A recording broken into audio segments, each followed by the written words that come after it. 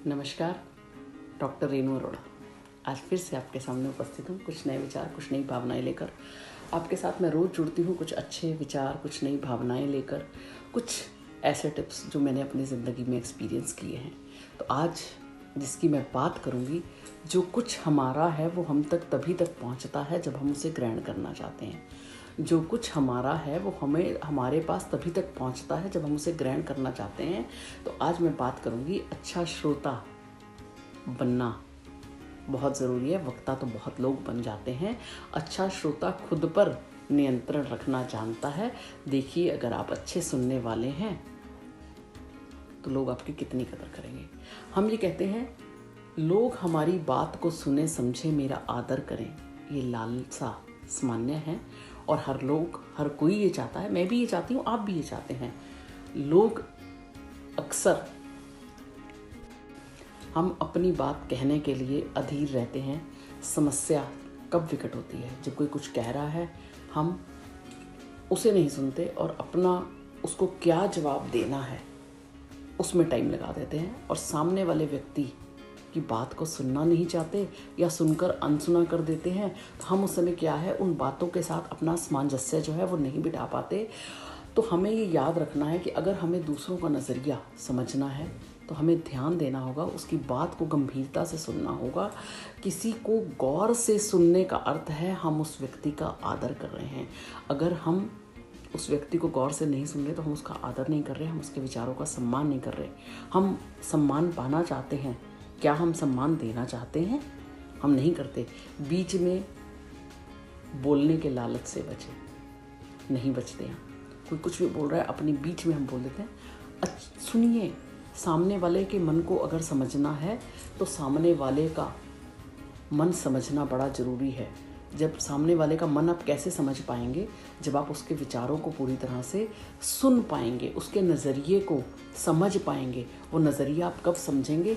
जब आप उसे बोलने का मौका देंगे और उसके साथ जब हम उसके विचारों को सुनेंगे तो रिश्ता भी तो हमारा अच्छा बनेगा और एक अच्छा बंधन बनेगा, अच्छा विश्वास बनेगा। या हमें इंसान को परखने का मौका मिलेगा कि हम जब तक इसको बोलने का मौका नहीं दिया था तो आप उसे समझ कैसे पाओगे? हो सकता है वो इंसान हमारी ज़िंदगी के लिए बहुत अच्छा हो और हो सकता है वो हमारा इंसान जो है उसको हम जैसा सोच रहे हो, जब उसका वो बोलने लगा तो वो सबसे गलत इंसान हो। तो जब हम एक अच्छा श्रोता बनेंगे, सामने वाले को समझेंगे भी और सामने वाले के मन को समझेंगे भी, और अच्छा श्रोता बनने के और बड़े सारे लाभ हैं। और जब हम सामने वाले के बारे में ध्यान से सुनते हैं तो हमें हर पल हम कुछ नया सीख रहे होते हैं। आप ये मत सोचिए कि अच्छा श्रोता बनना है तो सिर्फ अपने सामने वाले को नज़रिए को समझना है, सामने वाले व्यक्ति को भी समझना है। हो सकता है हम उससे लर्निंग, उससे बोलने की कैपेसिटी, कहाँ पे कौन से शब्दों का प्रयोग करना है, वो हम उससे अच्छा समझ पाएँ। अब कुछ व्यवहारिक तरीके मैं आपको बताऊंगी जिससे आप अपने सुनने की कला को बेहतर तरीके से इनकलकेट कर सकते हैं। अगर किसी प्रोफेशनल समूह में कोई व्यक्ति बोल रहा है तो अपने साथ नोटपैड और डायरी ज़रूर रखें और उन बातों को आप नोट करते चले पॉइंट वाइज, ताकि एक तो जो व्यक्ति स्पीकर है उसको लगे कि आप उसकी बातों को ध्यान से सुन रहे हैं।